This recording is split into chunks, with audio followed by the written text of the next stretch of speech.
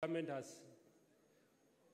has deepened democratic practices and governance as exemplified by the successful completion of the constitutional review process, as well as the country's peaceful political transitions in 2012 and 2017 and 2022. It is important for us to get democracy in place. Now, the media and democracy are intertwined, and I hope the government will continue giving the media the freedom of expression, the freedom of speech, because this is what will change this country. Now, as a business whose mandate is not only to influence society, but tell the stories of success and change, the Nation Media Group has taken lead in championing the African story. At Nation Media Group, our purpose is to transform society positively. We are a voice for the voiceless. We are a voice of the people, by the people, and that's why we are here. Central to the values and the purpose of our establishment, it is our mission to be a trusted partner of African democracy, a champion of the ordinary people, and a voice for the rule of law, and a strong advocate for human rights and free markets. Now, NMG, Nation Media Group, is the largest media house in East and Central Africa. We have over 30 content products across 4 countries. We are in Kenya, Uganda, Tanzania, Rwanda, and we are now in Somalia. So please clap for us for landing finally in Somalia. Now, within the world, on a monthly basis, we reach an average of 60 million users. So we can partner with you, we can collaborate with you in various aspects to tell the story and to tell the differences, what is happening in this country. Now, this initiative that we are undertaking, the initiative to drive business within the continent. Last year, we had a similar expo. We had 2 expos in DRC, and a number of the partners that we traveled with were able to create significant contacts. There are people who today are doing business courtesy of this kind of interactions. So I hope the partners who have come here with us from the other parts of the region will be able to create contact. I've gone to the booths and I've seen there are a number of new things. There are initiatives that most of us have not seen before, and I would encourage you to go and see what is available. I would encourage you to listen to the other investors and create contacts, because these contacts are the ones that will make a difference to this country. Now, we'll also be hosting the third East African Entrepreneurship Conference and Expo in Lubumbashi, DRC, in the month of August. And I also want to make a commitment to each one of you that NMG will continue to host these kind of conferences across Africa in a bid to expand the business opportunities for entrepreneurs. When Prime Minister, if you allow us, we'll come back again, if you agree. Lakini ukikataa, we'll force ourselves if you don't agree. So it is my hope that this conference, you'll consider the enormous benefits of investing in this fast-growing market. The time to invest in Somalia is now, and those who seize the opportunity will play a significant role in shaping its future. In Kenya, we say, kazi ni mapema. So mapema ni sasa. Kama sio sasa ni sasa. Kwa hivyo Somali ni sasa, ama sio sasa ni sasa. Asanteni. Thank you very much and have a great day.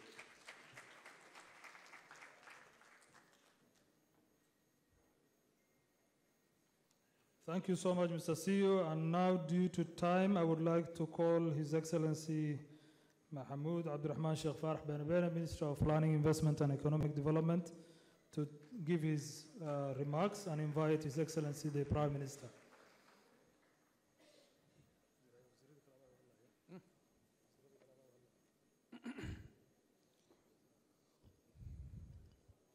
His Excellency Hamza Abdi Barre, my colleagues, cabinet ministers, present, members of the parliament from both houses, ambassadors present, members of the international partners, Nation Media Group CEO and General Manager, investors and business leaders from across East African community, Somali private sector representatives led by the Chamber of Commerce, and all the other guests. All protocols observed. Assalamu alaikum wa rahmatullahi wa barakatuh. Excellencies, distinguished guests, ladies and gentlemen, Duhur Wanaksan, and I'm very delighted to extend a warm welcome to you for your participation in this Invest Somali Conference and Expo. I would like to take this opportunity to thank all of you, and in particular, our visitors and international investors who have came from places near and far for accepting our invitation. Welcome to Mogadishu, welcome to Somalia, welcome to this investment conference. Excellencies, distinguished guests, Invest Somalia Conference serves as a viral platform for networking and pursuing investment opportunities aimed at rebuilding Somalia's economy, bringing together investors, government officials, and other stakeholders. The conference facilitates dialogue and collaboration toward the Sustainable Development Initiative in the country. Through panel discussions, presentations, and interactive sessions, participants gain insights into Somalia's economic landscape, identifying sectors ripe for investment. The conference catalyzes efforts to stimulate economic development, economic growth, and create employment opportunities, as well as to improve the livelihood across Somalia. Excellencies, distinguished guests, ladies and gentlemen, guided by His Excellency President Hassan Sheikh Mohamud and Prime Minister His Excellency Hamza Abdi Barre, Somalia has embarked on a developmental agenda aimed at fostering economic growth, prosperity, and stability across the nation. With a focus on the inclusive growth and sustainable development, their leadership has prioritized initiatives spanning economic revitalization, infrastructure enhancement, and social welfare programs. By championing the governance reform, investment-friendly policies, both President and Prime Minister are steering Somalia towards a brighter future. Recently, Somalia has made a significant strides across multiple fronts, marking a pivotal turning point in its journey toward stability and prosperity. Liberation efforts have seen a significant and notable successes, reclaiming territories from extremist groups and restoring government control in strategic towns. Security improvements and stabilization initiatives have fostered confidence, enabling communities to rebuild and thrive. The completion of the debt relief process marks a pivotal moment in Somalia's economic journey, as it not only alleviates the burden of debt, but also unlocks vital resources for investment in infrastructure, social services, and economic development initiatives. The support and confidence demonstrated by the international partners signal a renowned commitment to Somalia's stability and prosperity, paving the way for sustainable growth and improved livelihood to its citizens. Somalis recently joined the East African community. This underscores Somalia's commitment to regional integration, economic cooperation, while strengthening public governance and domestic revenue neutralization efforts have enhanced transparency and accountability, laying the groundwork for sustainable growth.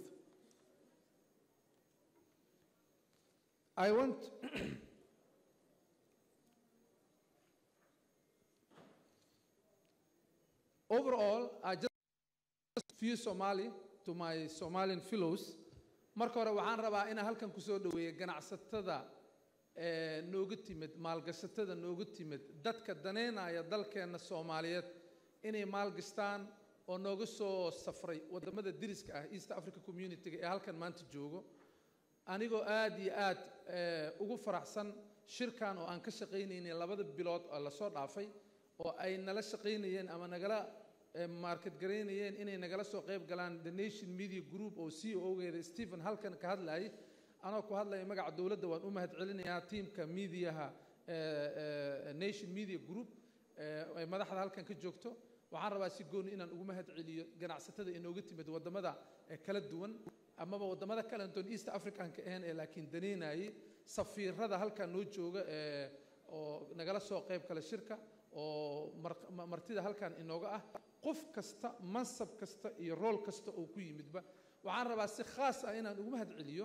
safiirkeena fadhiya Nairobi safiir Jibriil oo si weyn inoogala shaqeeyay barnaamijkan sidoo kale waxaan si gaar ah u mahadcelinayaa envoy-ga madaxweynaha saaxiibkeen Cabdisalaam Hadliye oo asagana barnaamijkan laf dhabar u ahaa qof kasta iyo role kasta oo ku lahaa oo aan magaciisa xusin anoo magaca wasaaradda qorsheynta iyo dawladaba idinku mahadcelinayo oo ra'iisul wasaaraha oo si official noogu furi jiran oo joogo idin mahadcelin doona laakiin anoo magaca wasaaradda ku hadlay anigana si gooniyaan idinku mahadcelinayaa qof kasta role ku lahaa si khaas ah waxaan rabaa inaan u mahadceliyo ra'iisul wasaare teamka Som Invest ee wasaaradda qorsheynta oo hormuudka ka yahay Master Dubo oo ayagana role aad iyo aad u xoogan iyo shaqo geliyay ayaga iyo dhammaan teamka shaqaalaha wasaaradda qorsheynta iyo agaasimaha guudba inaan dhammaan aan dhaho waa mahadsantihiin shirkan 2 maalmood oo socon doona shirkii ugu horeeyay ee aan ku soo jiidanayna bahda East African Community ah waana la joogteyn doonaa kan wixii aan ka baranina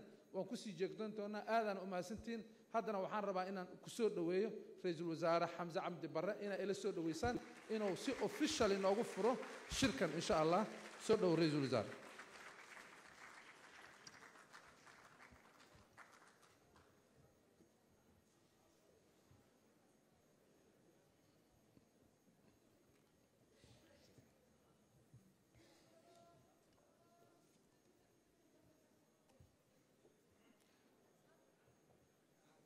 Please. Yeah. Sorry.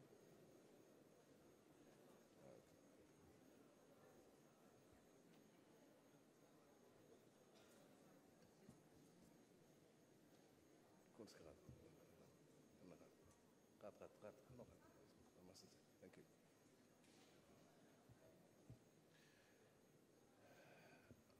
بسم الله الرحمن الرحيم الحمد لله والصلاة والسلام على رسول الله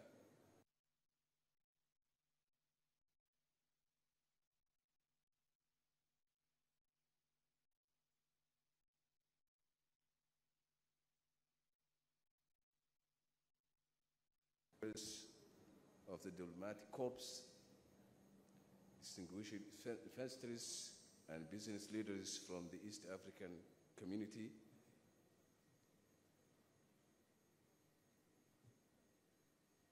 representative of the Somali private sector, respected leaders of the Nation Media Group, dedicated organizers of this conference and expo, esteemed members of the media and other distinguished guests, ladies and gentlemen, Mali Wanaksen, I think it is good afternoon. It's my pleasure and honor to be present at this significant assembly of esteemed international, regional, and local business leaders and investors. I am delighted to welcome you to Mogadishu, our capital, a city of unparalleled hospitality and rich history. Here, at the heart of Somalia, you will discover a community eager to partner with the international investors and to forge paths towards mutual prosperity. Together, we share one agenda to deliberate and strategize on amplifying the flow of investment to Somalia in endeavor to foster a prosperous and sustainable economic for our region as a whole. Excellencies, ladies and gentlemen, today's event marks a significant milestone in Somalia's integration as a full member of the East African community, a testament to our commitment to regional and international cooperation. Our people are ready, vibrant participants in East Africa economy, with Somalia's business thriving across the region, creating jobs and promoting regional prosperity.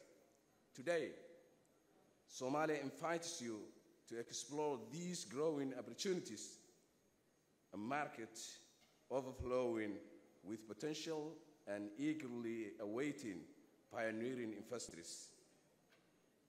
Over the next 2 days, you will experience firsthand the vibrant spirit of our new Somalia. You will meet its people, immerse in its rich culture, and explore opportunities in a landscape filled with potential, from innovation or innovative startups to expansive agricultural ventures and pioneering technology firms. Somalia is not just rebuilding, it is reinventing itself. Ladies and gentlemen, despite historical adversities, Somalia today is focusing firmly on the future. We have instituted robust reforms aimed at ensuring political stability and safeguarding our nation against the threats of insecurity. These efforts have already yielded substantial progress, stabilizing vast region of our country for the first time in decades. Our economic blueprint includes multi-phased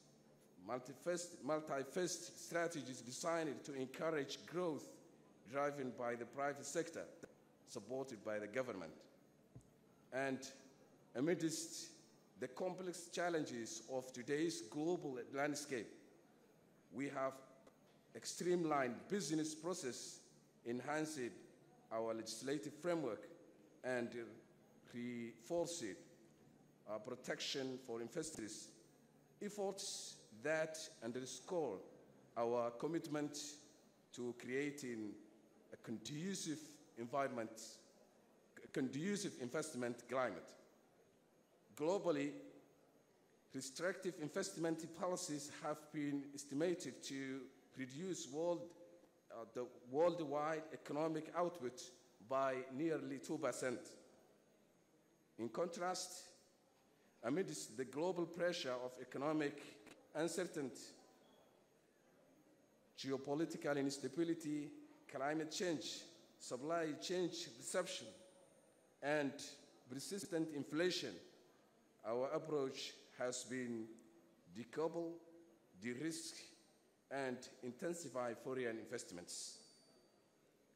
To this end, Somalia has enacted forward-thinking policies that include generous investment laws and comprehensive investor protections under the new Investment and Investors Protection Law of 2023. These measures allow foreign investors to fully own their investments, repatriate profits without hindrance, and operate with the certainty that their investments are safeguarded. Excellencies, distinguished guests, ladies and gentlemen, Somalia presents a landscape rich with diverse investment opportunities that extend well beyond its emerging market status.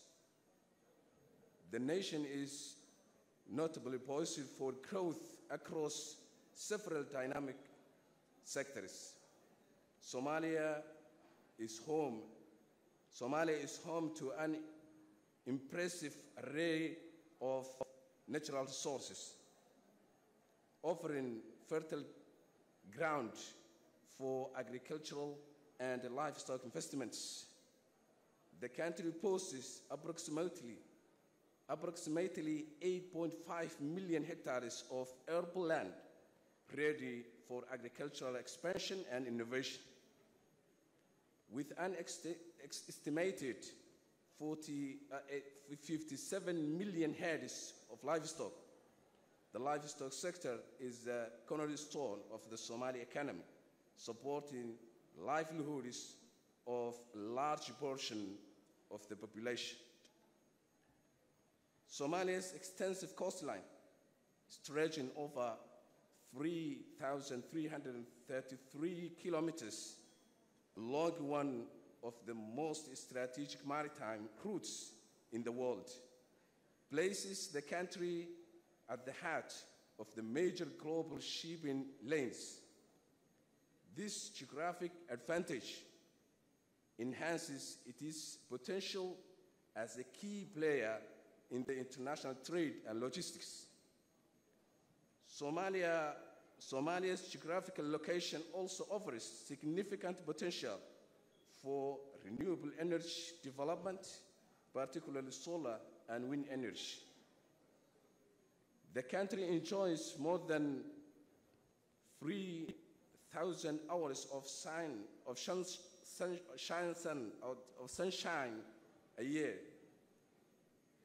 Other studies suggest Somalia has high potential for onshore wind power and could generate between 30,000 and 45,000 megawatts, suggesting vast untapped potential for solar and wind energy projects, which could further attract investments in green energy. Most significantly, the demographic profile of Somalia is also highly favorable.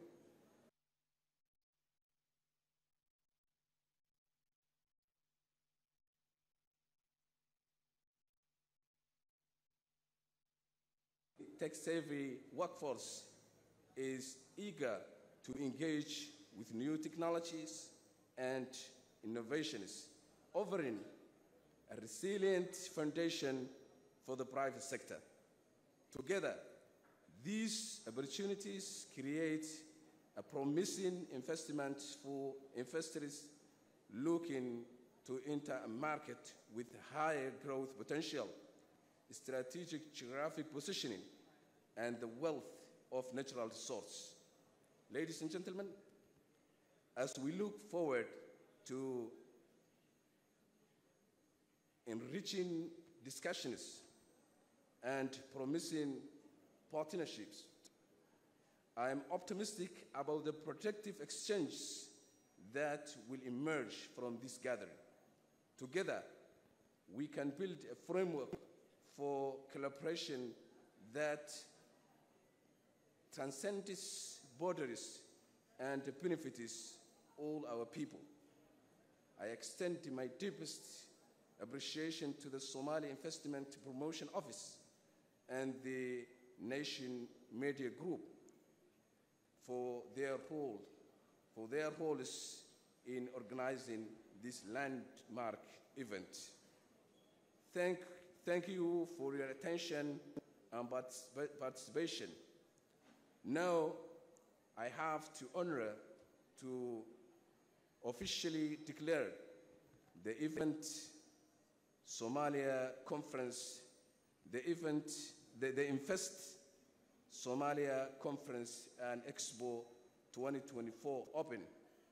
May your deliberations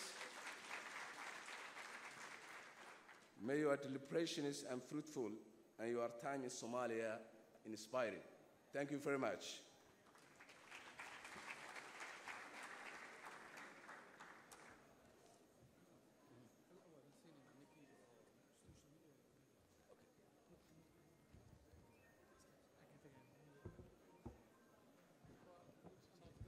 May I call the CEO of Nation Media Group to the podium and the general manager of the same?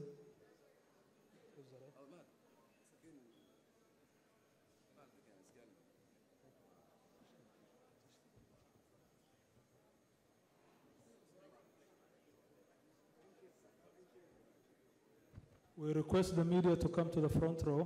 The media to saxaafadda horaha soo maraan, saxaafadda horaha soo maraan.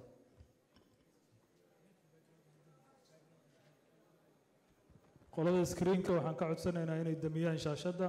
qolada shaashadda ha damiyaan shaashadda. Waa mahadsantiin.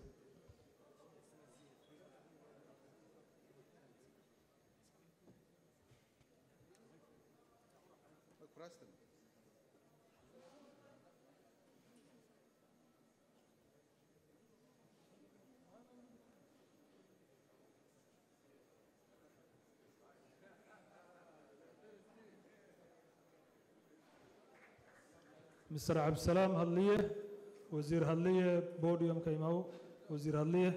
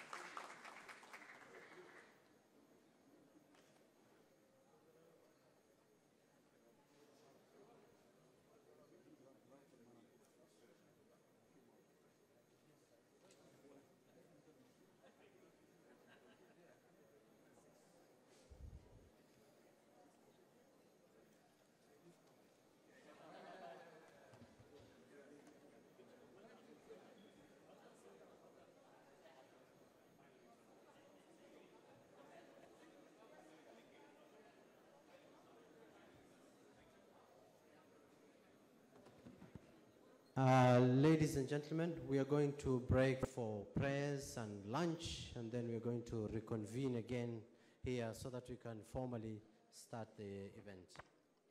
Thank you very much.